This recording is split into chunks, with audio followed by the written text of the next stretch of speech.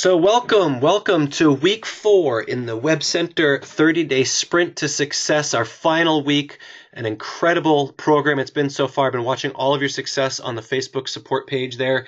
And I got to say, I'm very excited, very proud of all of you for stepping out of your comfort zone, taking action, and not worrying about so much exactly what to do and how to do it, but just taking what you've learned each week and putting it into action and really learning from any mistakes or fumbles and failing forward and just really getting into activity mode, right? And that's really what's going to be the most important thing, is to continue to take action.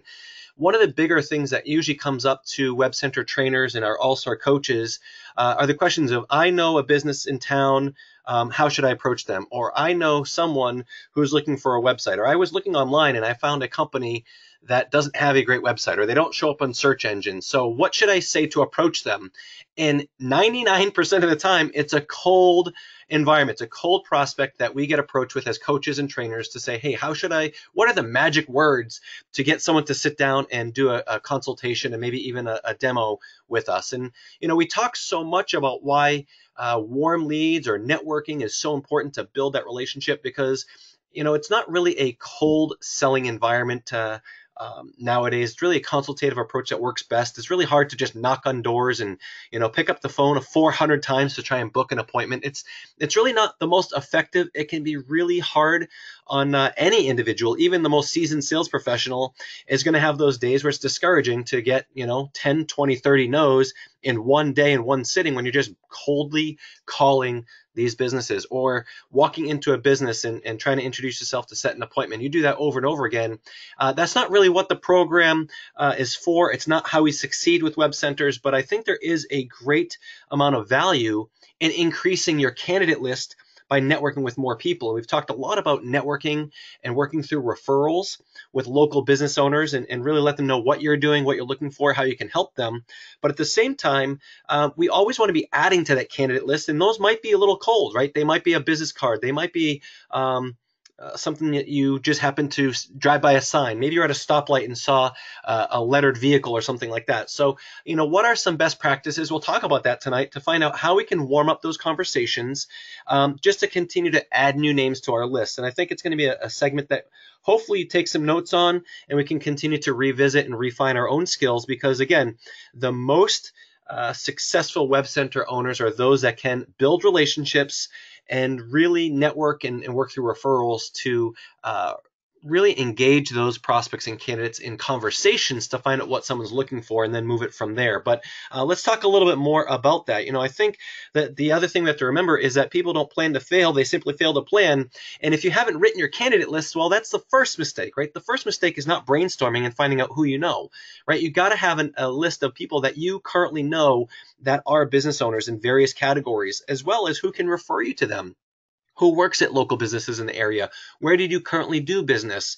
And who do you know that's well connected in the area? So you've got to start with that candidate list. And if you're just going out there blindly to try and cold call businesses, you're really missing the point. And you really got to start at ground zero, which is step one. The first C of the 5 C's is make your candidate list. So once you've done that, you want to continue to add names to that list. So let's talk about prospecting and reconnecting, right? So for contacts you need to reconnect with, or that you have a smaller relationship with, here's an idea, right? Try reaching out to 2 prospects or candidates per day to just start reacquainting with them. Just start the relationship. It could be as simple as, I'm sure all of you that are on a social network like Facebook, for example, probably get a notification that it's someone's birthday. It's so-and-so's birthday and 6 others today.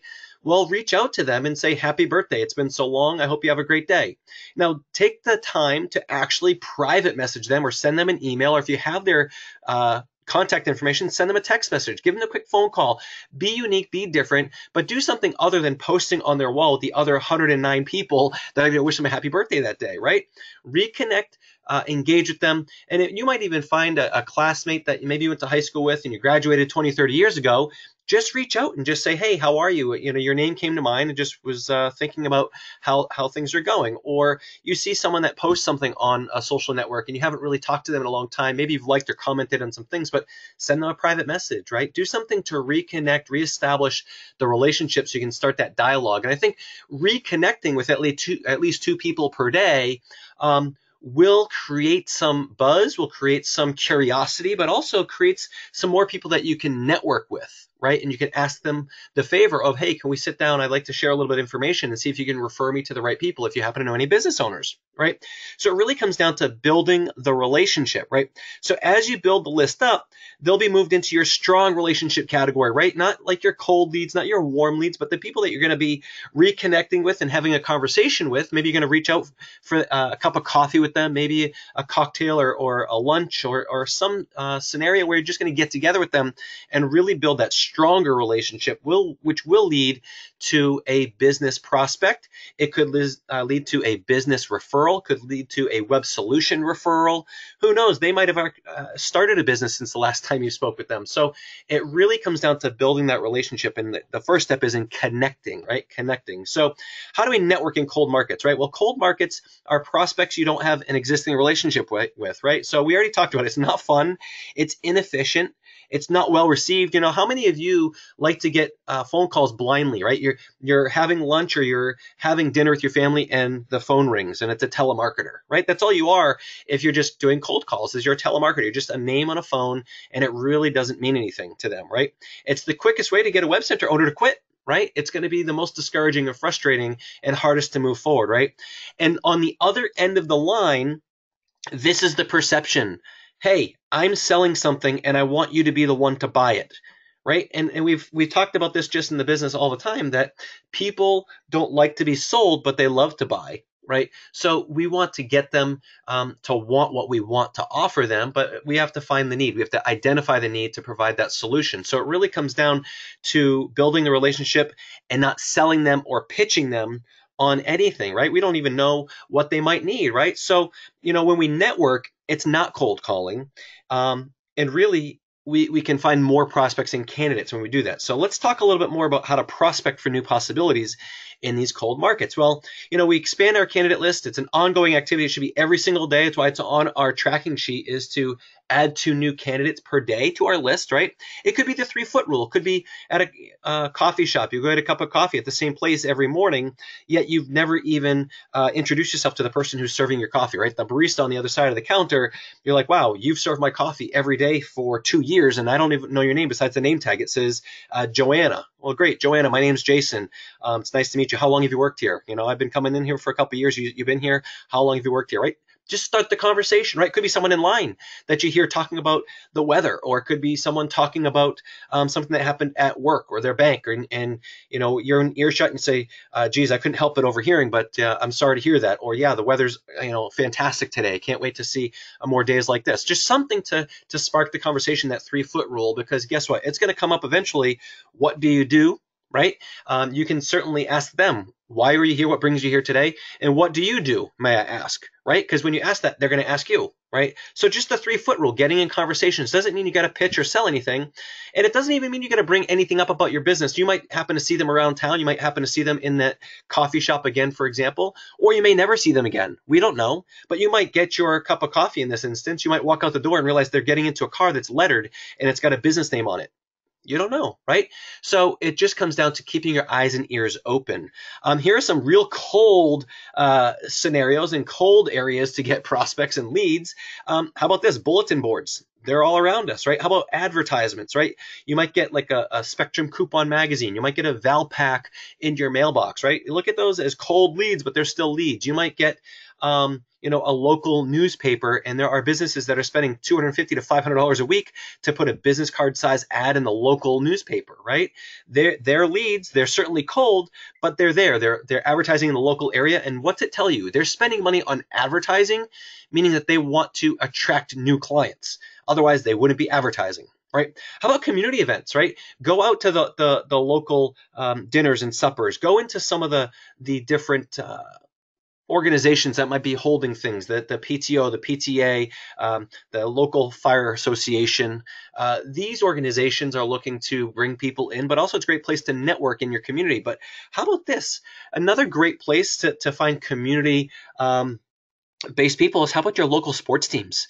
And I mean like your recreation department, your youth sports organizations. Every single team has a business in the local area that sponsors them, and their name is on the t-shirt.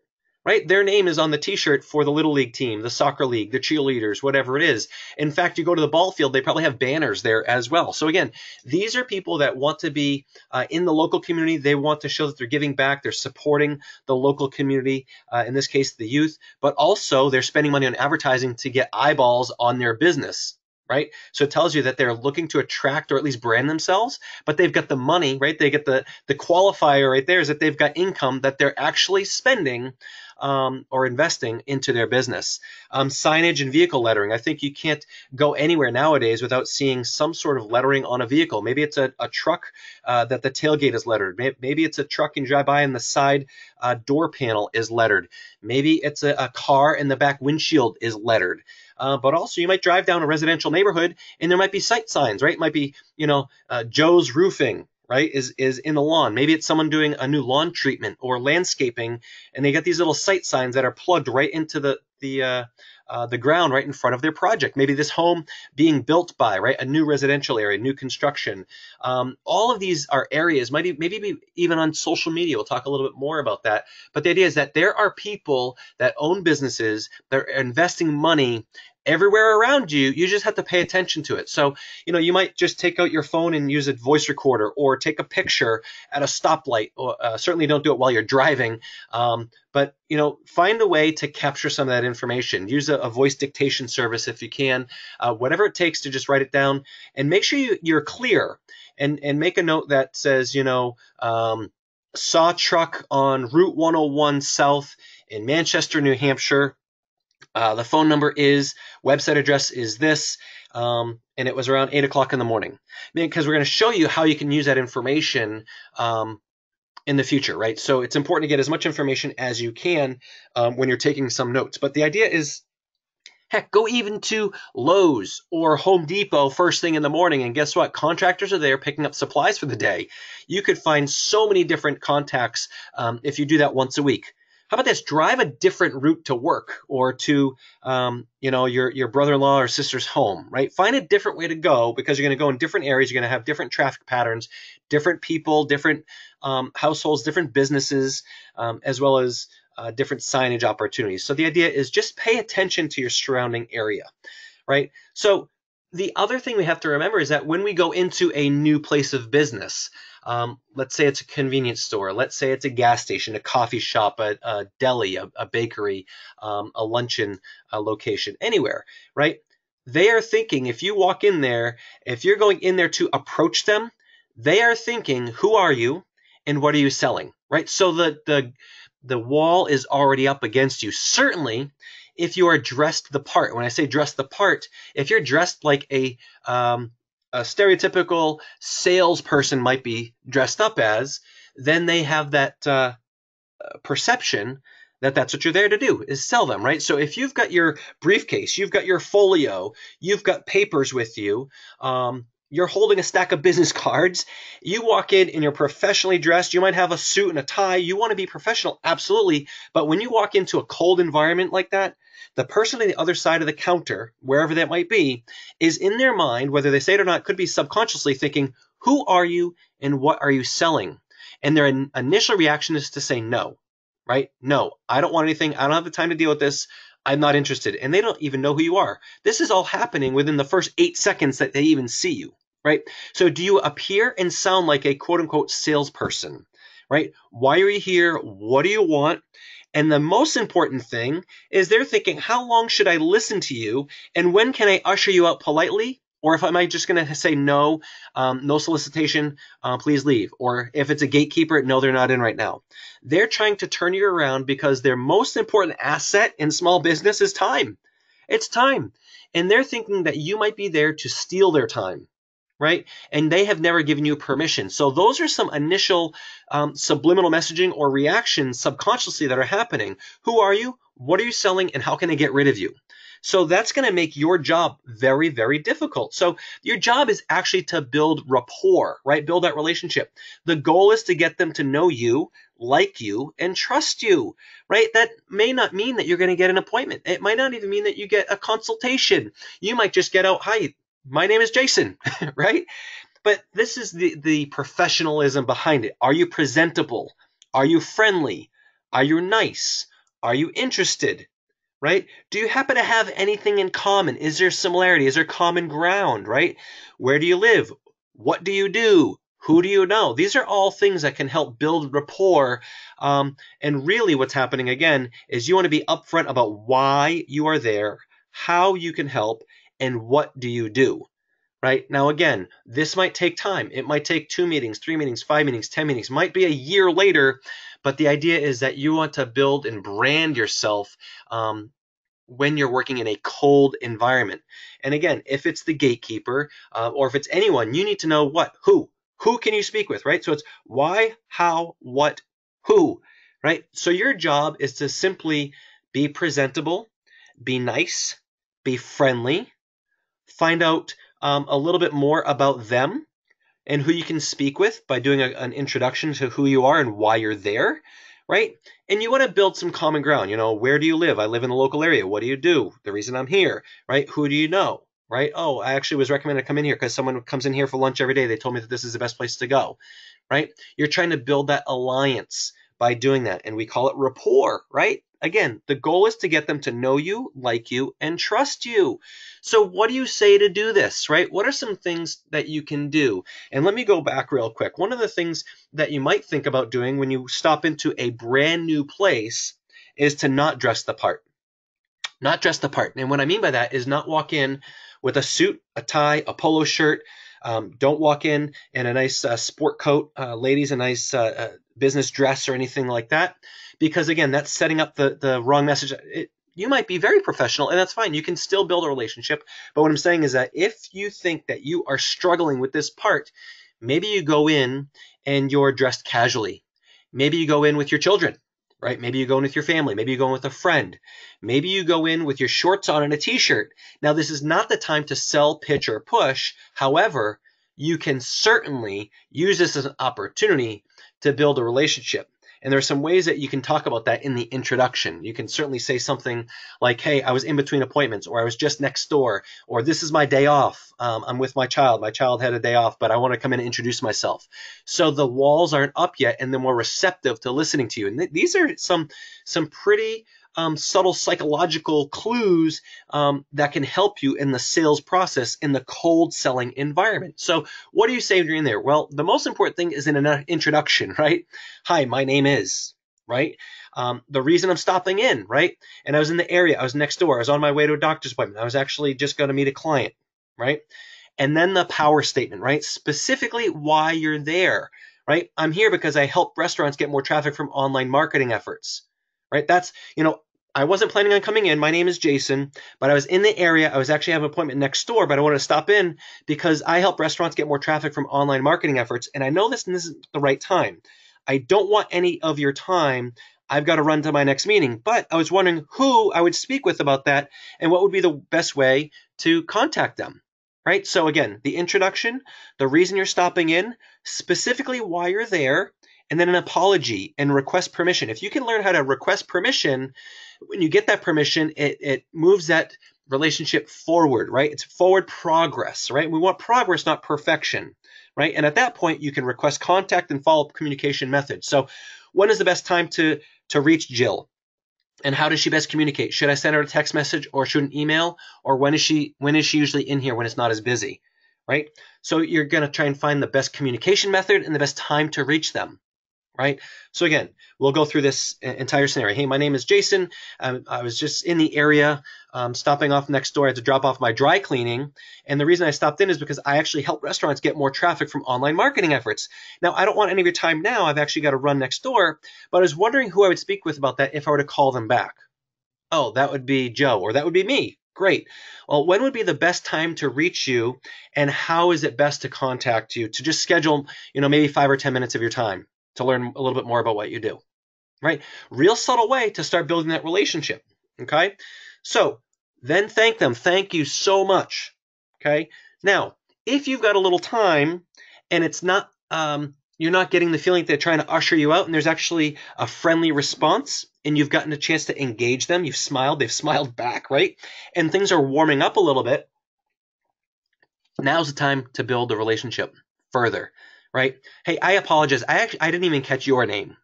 Oh, your name is Susie. Susie, so nice to meet you. How long have you worked here? 10 years. Wow, you probably know everything. How's business going?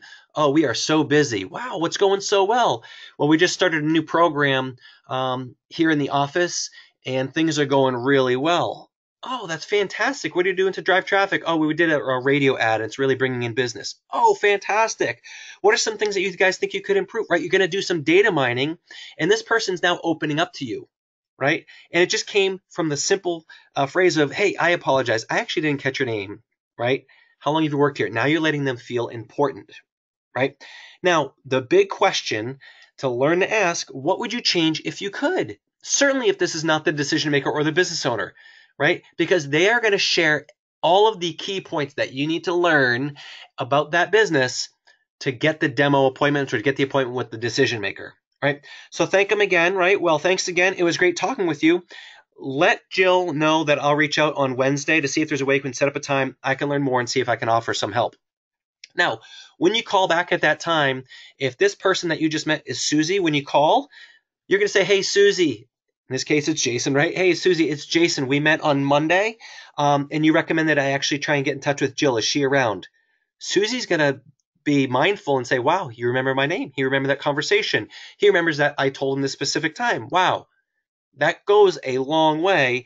And then it's time to follow through, right?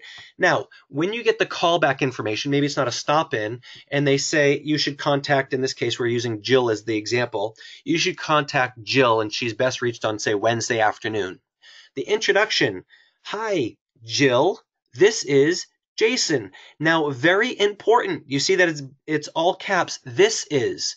So another subtle key.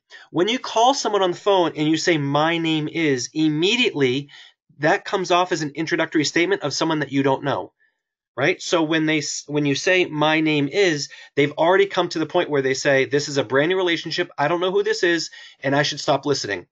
However, if you say, this is, it's a subtle way for them to start thinking, who do I know? How do I know them? Why should they be familiar? Right? So it catches them off guard. Hi, Jill, this is Jason. Okay? Then a pattern interrupt. Most people, I think you'll agree, say, how are you today? How are you doing? Right? It's habit. Now think to yourself, the last time you got a cold call from someone that you did not know and they said, how are you today? You really, in the back of your mind, knew that they really didn't care how you're doing today. Right? It was just habit.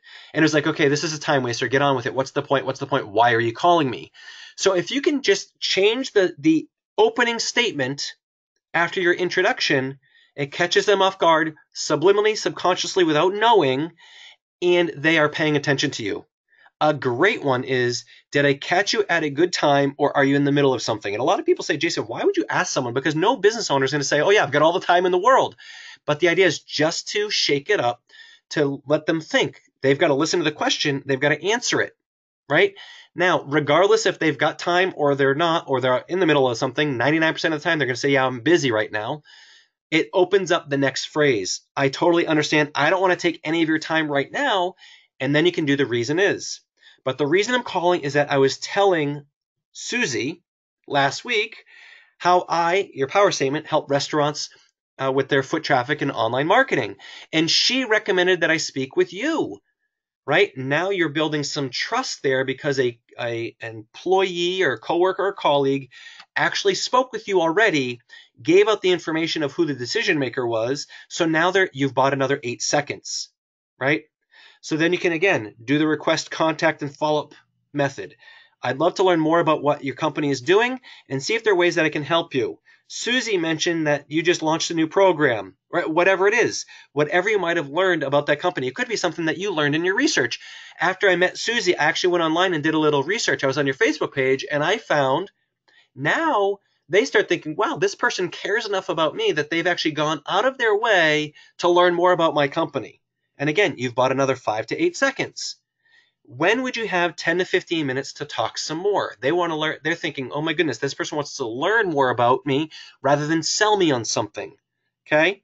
So when would you have 10 or 15 minutes to talk more? That's your asking permission again. So let's go through the callback all together. Hi, Jill. This is Jason. Did I catch you at a good time, or are you in the middle of something? I'm really busy right now. We're swamped. I totally understand. I don't want to take any of your time right now, but the reason I'm calling is that I was telling Susie last week how I help restaurants create more foot traffic from online marketing efforts, and she recommended I speak with you. Now, I'd love to learn more about what your company is doing and to see if there are ways I can help you, because Susie mentioned that you just launched a brand new campaign and you're doing some radio ads, and I had some ideas. I actually did a little bit of research that I want to share with you. I know you're busy right now, so when would you have 10 or 15 minutes to talk some more for me to call back? And then you can schedule the next step. So what you've done is you've opened up the relationship, you're asking permission, and you're using these subtle phrases that can help you build trust in the relationship, right? So this is what's really happening when you're making cold calls, right? On the left-hand side here, remember, businesses receive countless sales calls each and every day. It could be, 10, 20, 30 cold calls every single day. Could be for supplies, could be for different advertising, could be for cleaning services, utility promotions, whatever it is. Copier machines, right? Whatever it is, they are getting these sales calls each and every day. If you think about just advertisements, it could be someone calling from a local internet marketing company. It could be someone calling from their website provider. It could be someone calling from the local newspaper. It could be someone calling from the radio station. It could be someone calling from the cable company. Someone calling from another print magazine. It could be someone calling from a Valpak. And someone calling from a sign company, someone calling from an office supply company, someone calling for janitorial sanitary supplies, break room supply. So when you call, you're just another voice, you're another person that's interrupting their day, stealing time. So you have to think to yourself, how can you be different? And more importantly, how can you be valuable to them? How can you provide value in that initial conversation to allow them to invest time with you, right? So it comes down to designing approach. And this could be the unfranchise as well. These are the key steps in designing an approach, right? So your introduction, how you got their name and the reason for the call. 2, eliminate the thing that you're concerned they're thinking, right? 3, give an appealing description or an interest-creating remark, right? 4 could be the networking referral approach. We talked about that throughout this program. 5, set the appointment. And 6, the professional tie down. So let's take a look at this, right? The professional tie down and how can we avoid cancellations and the no-shows, right? Your time is valuable too. You might be doing this part-time and you're working full-time and you're trying to find ways to squeeze in these calls, and you want to make sure that you're not wasting your time. At the same time, the business owner or decision maker on the other end of the phone, their time is valuable too, and they want to make sure that it's a good use of their time to sit down with you, right? So how do you book a solid appointment? Well, do you see anything in your schedule that might prevent you from keeping this time? And it lets them know by you asking that question that you respect their time, but also you respect your own time. You want to be taken more serious and you want to be taken more professionally, you have to respect your own time, and then other people can respect your time. Okay? Do you see anything that might get in the way of us meeting or speaking? Do you see anything that might get in the way? Yeah, you know what? Actually, I'm waiting to hear back from a vendor, and we've got a deadline, and that's the most important thing. Great. Rather than trying to reschedule something, then why don't we find a better time now? Okay? Very important to do that for yourself, right? Your time is important. And then a professional tie down. This is to guarantee that they're going to show up, right? I won't waste your time, and I'm sure you hate last-minute cancellations or no-shows, as do I.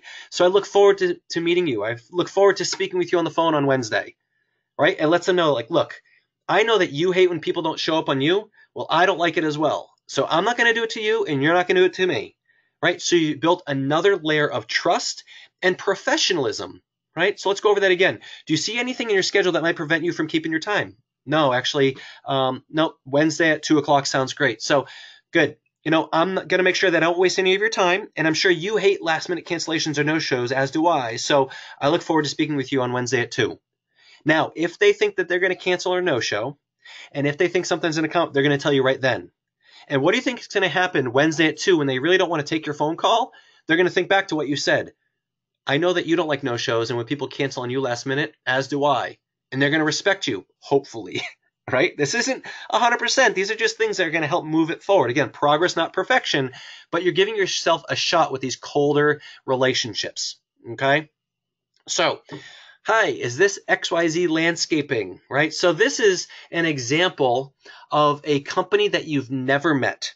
This is a company, we're going to give you an example of you met them, you saw their truck at a Home Depot, right? You saw their truck lettered at a Home Depot, and this is how you might say something like this. Hey, is this XYZ Landscaping? If they don't say, hey, Joe at XYZ or whatever, right? Hi, this is Jason Pellin, and I met you, or I saw your truck at Home Depot in Manchester last week, right? Now, why do we say that? However you saw or know of their business, it's important to build the local connection, right? You actually saw their truck. You can verify where you saw them, and it was in the local area. A lot of these small business owners are fearful of doing business, especially digital marketing or internet marketing, with companies that are either overseas or from other parts of the United States. So here I live in New Hampshire. When I say Manchester, they say, oh, okay, this is someone who's local. This isn't someone calling from San Francisco that has never seen my business, that's just calling 400 businesses this week, right? So there's that local tie. Very, very important. Again, the interrupt. Do you have a second, or are you in the middle of something? Great, no problem. I know you're busy. I'm not looking for any of your time right now. I know you're busy. The reason I'm calling is that I own a few businesses in the area, and one of them allows me to network with local businesses to increase their revenue or lower their expenses. Okay? Add your power statement, right? However that is. I'd like 10 minutes or so for a call this week where I can learn more about your business to see if there's a way we could help each other out. Worst case, we could refer business to each other. How soon would you have 10 minutes to talk? Right? So the tie down here, I'd like 10 minutes or so for a call this week. They might still be thinking, oh no, not another appointment. I really don't know this person. Again, cold scenario. You can throw in the worst case. Worst case, we could refer business to each other. Right? Worst case scenario, we can talk, learn a little bit more about your business. I can probably refer you some business. Right? I'm in the local area. Someone calling from San Francisco or San Diego calling into New Hampshire is not going to offer to refer them business because they have no idea what the local market is. Right? How soon is a better term than when? How soon? There's a sense of urgency. How soon would you have just 10 minutes to talk about your business? Again, about what? Their business. Not about your product, not about your service, not about a revenue stream, not about how you can lower expenses, about their business. Right? Subtle cue that's going to go a little further than a cold call that we just talked about. Okay? At any time, if they say that you need to talk to the owner, hey, you know what? That's a great idea, but I don't own the company. You actually have to talk to Jim. Okay, great. What's the best time to reach Jim? Because I don't want to take a lot of his time. Right? So, when you call back, right? Jim, what would you, or this might be the employee that answered the phone. Let's say you asked that, great, what time is the best time to reach Jim? Because I don't want to take a lot of his time. Probably, sometime next week. Great. Well, what's your name? I apologize. My name's Al. Okay. Hey, Al, if you were the owner, what would you say is the most important thing right now besides more sales in your business? Let them talk, right? Can you clarify? What do you mean? Get as much information as you can from Al or from the gatekeeper or from whoever answered the phone. Be a friend-making machine. Make them feel important because it's going to go a long way when you go ahead and call Jim. Hey, Jim, I was speaking with Al. Al mentioned that business has been slow and you're trying to get more leads from the internet. I'd like to learn more about your business and see if there's a way I can help you out, right? So it's always asking whoever you're on the phone with, whoever you're in front of, more questions. More questions. It's not about knowing the answer. It's about asking more questions. And where are those questions again? Those questions, many of them can be found on the 15-minute consultation sheets, right? So if you get referred to the other person in the company, in this case, the example was that you called XYZ Landscaping and Al answered the phone. Al said that the business owner or decision maker was Jim, right? Hey, Jim, Al recommended I give you a call. I was telling Al about the fact that we help business, whatever your power statement is, and he said that your business could use more leads from the internet or whatever, and then go back right into the exact same thing. The reason I called is that I own a few businesses in the area, and you go through the same exact thing that you said to Al initially, right?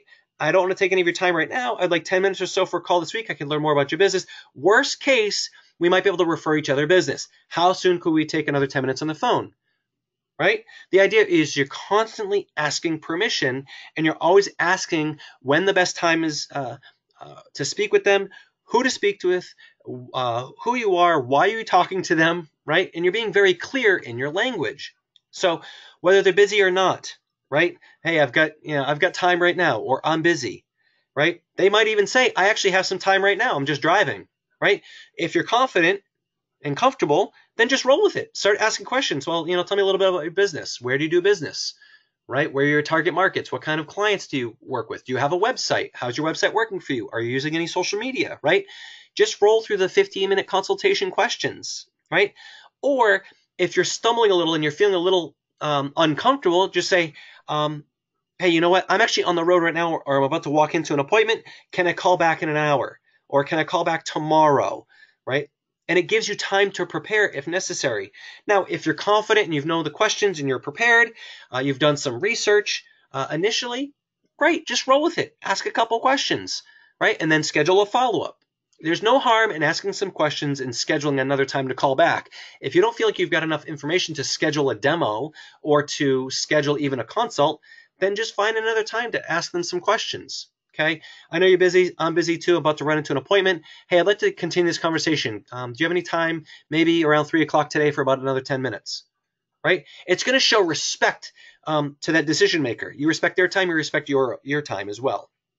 Okay, so what about social media? Right? Social media prospects are everywhere. Right? Social media is like a coffee shop that people sit at all day long. Right? So who do you know? Right? Great question. I actually challenge you right now to get on your Facebook or LinkedIn or whatever and say, who do you know that is whatever you're looking for? You want to focus on businesses that are right now, focused on, let's say, daycare. Hey, does anyone know local daycare? Anyone that knows someone that owns a daycare? Does anyone know anyone that's opening up a new school or daycare? Does anyone know anyone that owns a martial arts studio? Whatever it is, ask them. Put on Facebook. You'll get leads in all the comments right there. They'll probably ask you why, and you can just say, hey, I'm just looking for some new businesses in the area, or I'm looking to find some places to take my son or my daughter, right? Hey, I'm looking for recommendations. That's another way you can put it on social media, right? Hey, I'm looking for recommendations for painting contractors, right? Looking to get some painting done inside my house. I'm looking for some painting contractors. You're going to get leads, right? Now, again, they might be cold to you, but they're referrals from contacts that you know on social media. You can also use a social search, right? You can do hashtag searching. You can do social searching. You can type in things like my friends who work at painting company, right? Or my friends that work at, or friends of friends that are hairstylists. Right? Sometimes when you put those in, you're going to come up with people that in their profile information have used those keywords, right? And that's going to bring that up, and we call that social searching, right? Build relationships through Messenger, right? You can actually use Facebook Messenger. You can use direct message on Twitter or Instagram or LinkedIn, and it's just a way that you can soften your approach by building the relationship. Hey, I actually was just recommended you by a friend. I was looking for some information about painters in the area. Your name came up. How long you been in business? Right? You can send out those messages. There's many people that own businesses that are communicating through social media networks nowadays, right? So what are we after, right? What are we after? We're after the idea that we're talking to 3 businesses and 2 people each and every day in the event that we're going to schedule 2 to 3 consults per week and show 1 plan per week, with the hopes to sell 1 to 2 sites per month and sponsor 1 new UFO per month, right? Where are these people coming from? Your candidate list, your customers, your referrals, your relatives, your acquaintances, your associates, your warm market, the 3-foot rule.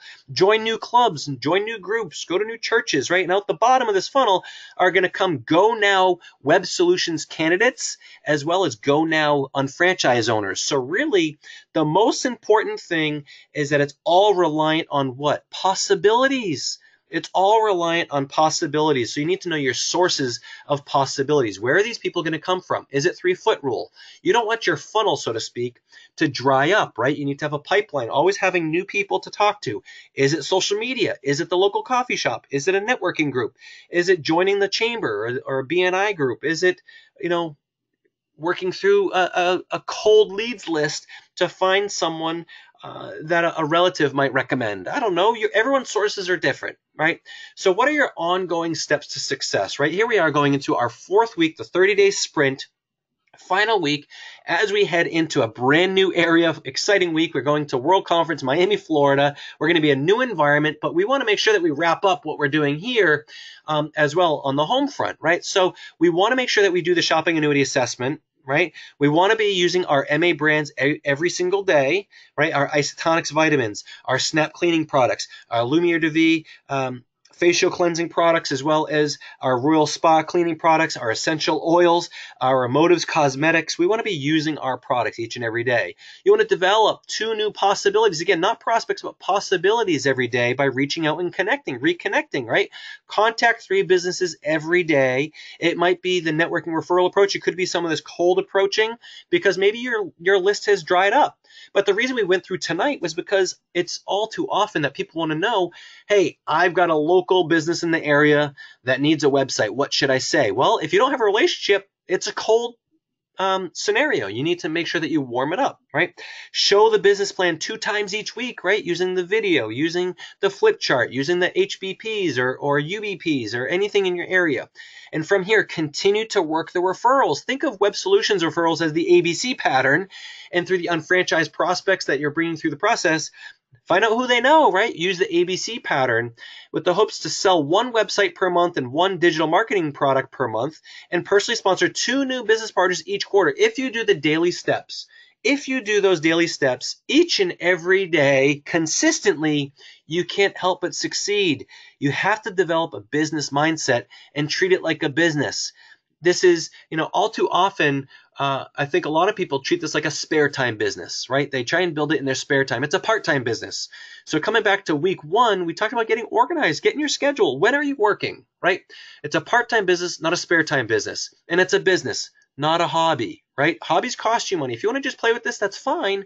But the 30-day fast start or the Sprint to Success 30-day fast track was a way to get into motion, get into momentum. January 2018, you've got 11 more months to help reach your financial goals through this division, and you can do it by taking action each and every day without any distractions on the basics. Bring it back to the basics. What is it? The basics, daily steps. Read your goals 2 times per day. Listen to a training 20 minutes per day. Contact 3 businesses per day. Book an appointment for consult or demo.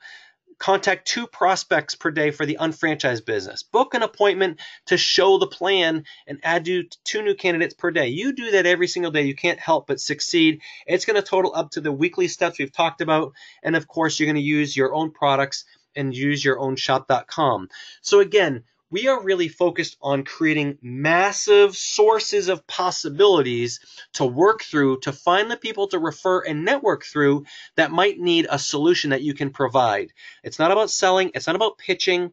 It's about proposing a solution to an identified need that you have uncovered. So I hope that you found that helpful to really bring it down to the fact that there are businesses in your local area that we understand that you don't have a relationship with.